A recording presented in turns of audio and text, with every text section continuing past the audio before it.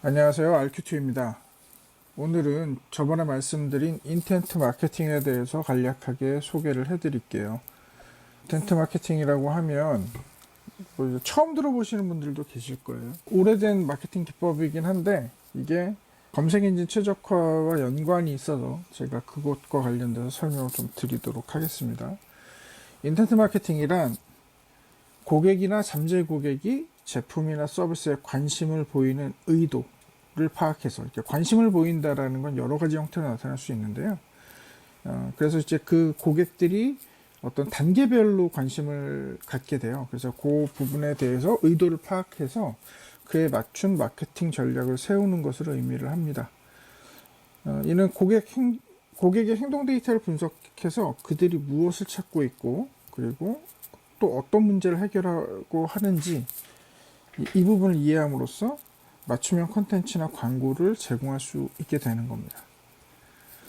이제 인텐트 마케팅과 검색의 연관성을 좀 설명을 드리면 되게 밀접한 관계가 있는데요. 우리가 이제 보통 우리가 키워드들을 롱테일 키워드들을 만들 때 뭐 추천, 뭐 아니면 뭐 할인, 뭐 이런 것들의 키워드들을 넣어서 찾잖아요. 그런 것들이 여러분들의 서비스나 제품 뒤에 붙는 것들이 대부분 의도를 갖고 검색을 하게 된다는 거죠. 네. 그래서 그 의도를 반영해서 키워드를 만들고 거기에 적합한 이제 컨텐츠를 만들게 되면 고객이 의도하는 키워드 검색에서 그러니까 키워드로 검색할 때 여러분들이 만들어 놓으신 그 컨텐츠들이 노출될 수 있는 확률이 높아진다. 그리고 노출되게 했을 때 이런 것들이 뭐 구매 전환이나 아니면 어떤 퍼널을 만들었을 때 그걸 들어오게 그러니까 고객이 이제 그 퍼널 안으로 들어올 수 있도록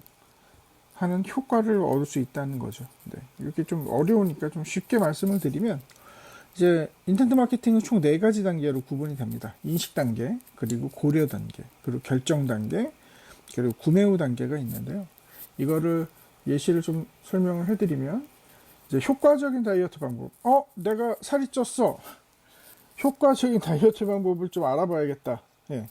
이 키워드를 찾기 위해서는 이제 인식을 해야 되잖아요. 내가 살이 쪘나? 옷이 작네. 뭐 이런 형태의 상황이 생기고, 그래서 인지를 하게 되는 거죠. 인식하고 인지하게 되는 건데, 내가 다이어트를 해야겠구나. 그랬을 때 사람들은 이런 형태의 키워드를 찾는다는 거예요. 효과적인 다이어트 방법. 네. 그리고 이제 휴대폰이, 깨졌어. 아니면 휴대폰이 좀 오래돼 보여. 예, 그랬을 때는 아니면 광고로 뭐 신제품 광고가 보였어. 뭐 이렇게 됐을 경우에는 최신 스마트폰 리뷰를 이제 살펴보게 되는 거죠.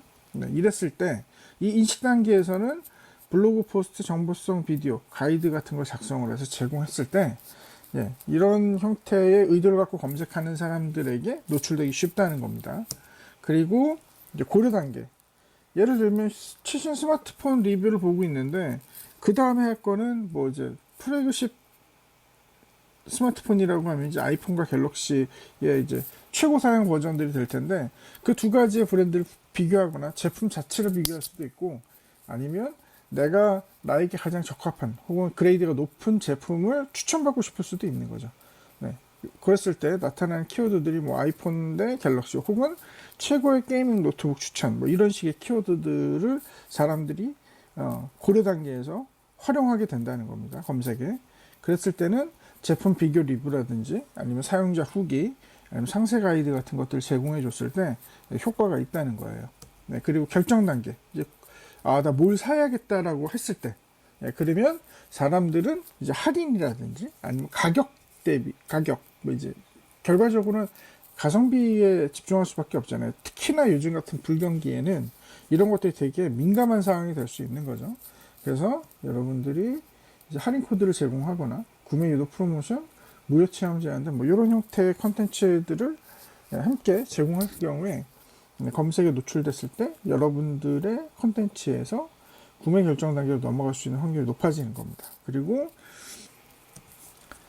게이밍 노트북 문제 해결과 같이 이제 사후 관리에 관련된 것들도 이슈가 생길 수 있으니까 이런 것들을 제공해 줌으로써 로열티를 강화할 수 있다는 겁니다. 그래서 콘텐츠 전략이 사용 가이드, 문제 해결 FAQ, 고객 서비스 지원 정보 등을 제공하는 걸 예시로 할 수 있겠어요. 네, 그리고 이제 이런 형태로 이제 그 고객의 의도, 인텐트를 파악해서 검색 노출 강화하는 방법에 대한 예시를 설명을 드린 거고요. 실제 단계별 키워드 예시를 살펴보면 이렇게 될 수 있겠어요. 제가 효과적인 다이어트 방법을 고려했을 때는 인식 단계에서 이제 효과적인 다이어트 방법을 찾고, 고려 단계에서는 그런 식단을 비교하고, 결정 단계에서는 다이어트 프로그램 확인을 하고, 구매 후 단계에서는 다이어트 유지하는 팁을 찾는다. 이게 이제 하나의 흐름을 제가 연결을 해놓은 건데, 이런 식으로 보실 수 있겠네요. 여기서 이제 좀 눈에 들어오는 거는 이제 건강한 식단 짜는 법.